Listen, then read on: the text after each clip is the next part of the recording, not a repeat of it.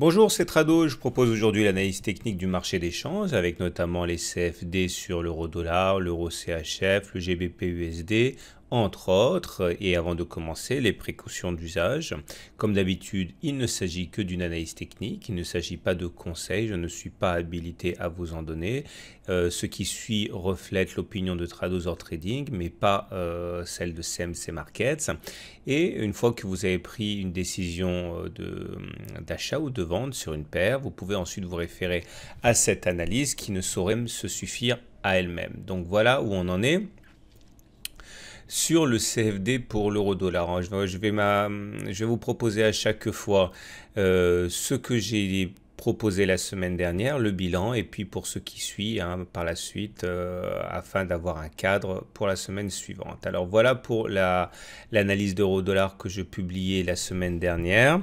J'expliquais que le sentiment que j'avais était celui d'une tendance de fond qui était haussière, et j'invitais à surveiller une cassure des 1,2322 pour aller viser plus haut.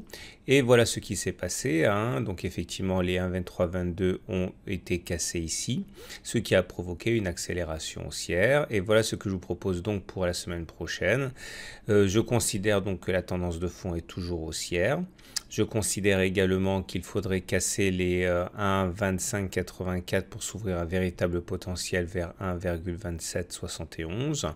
Le sentiment des clients CMC Markets donné à titre purement indicatif est vendeur comme la semaine dernière. Et on passe maintenant à l'USD CAD. Voilà ce que je vous proposais pour l'USD CAD la semaine dernière. Je vous expliquais que la tendance de fond était à mon sens neutre, mais que si on cassait les 23,69, eh bien ça libérerait un potentiel baissier. Et effectivement, on a cassé les 1,2369, c'était sur cette bougie ici. Et effectivement, l'accélération de la baisse a eu lieu et elle est toujours en cours. Et pour la semaine prochaine, eh bien, je pense que la tendance de fond est devenue maintenant baissière. Un ralliement des 23,11 est envisageable. On enchaîne maintenant avec l'USD-CHF. Pareil, je considérais que la tendance de fond était neutre. Et j'établissais qu'une cassure des 0,9534 pourrait être le signal déclencheur d'un mouvement baissier. Et voilà ce qui s'est passé. Donc effectivement, le signal baissier est intervenu et du coup, on est allé chercher les 0,94 21,51. Et puisque maintenant cette cassure a eu lieu, voilà ce que je propose pour la semaine prochaine.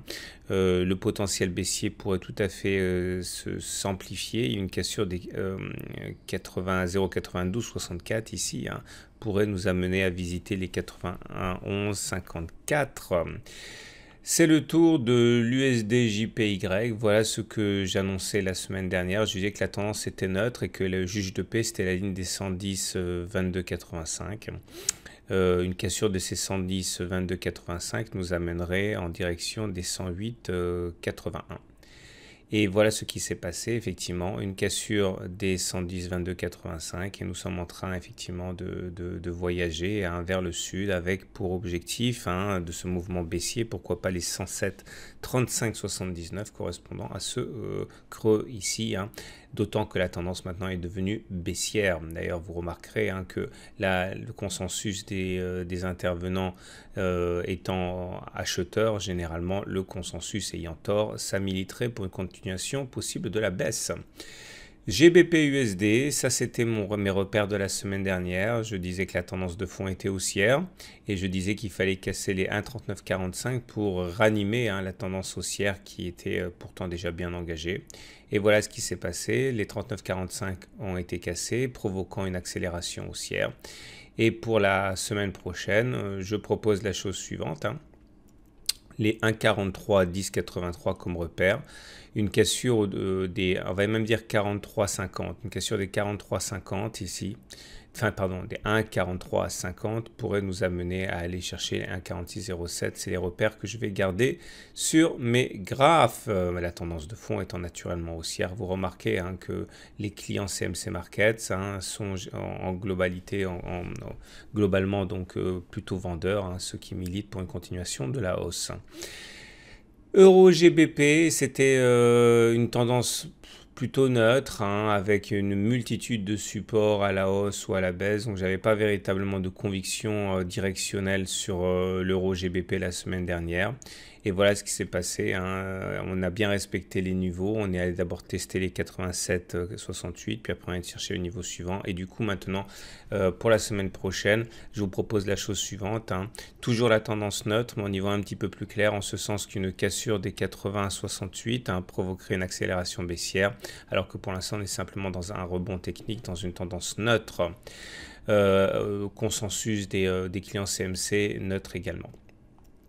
L'euro CHF qui était pour moi en tendance de fond haussière avec une cassure envisagée des 1,1833 pour prendre une position acheteuse, enfin une cassure des 1,1833 pour initier une impulsion haussière, puisqu'on était en tendance neutre. Alors il n'y a pas eu du tout de cassure des 1,1833, donc pas d'impulsion haussière. Au contraire, on a cassé les 1,1721, qui est un mouvement qui nous a mené à visiter et à réintégrer le nuage et de prendre appui sur la SSB ici, qui est un support fort.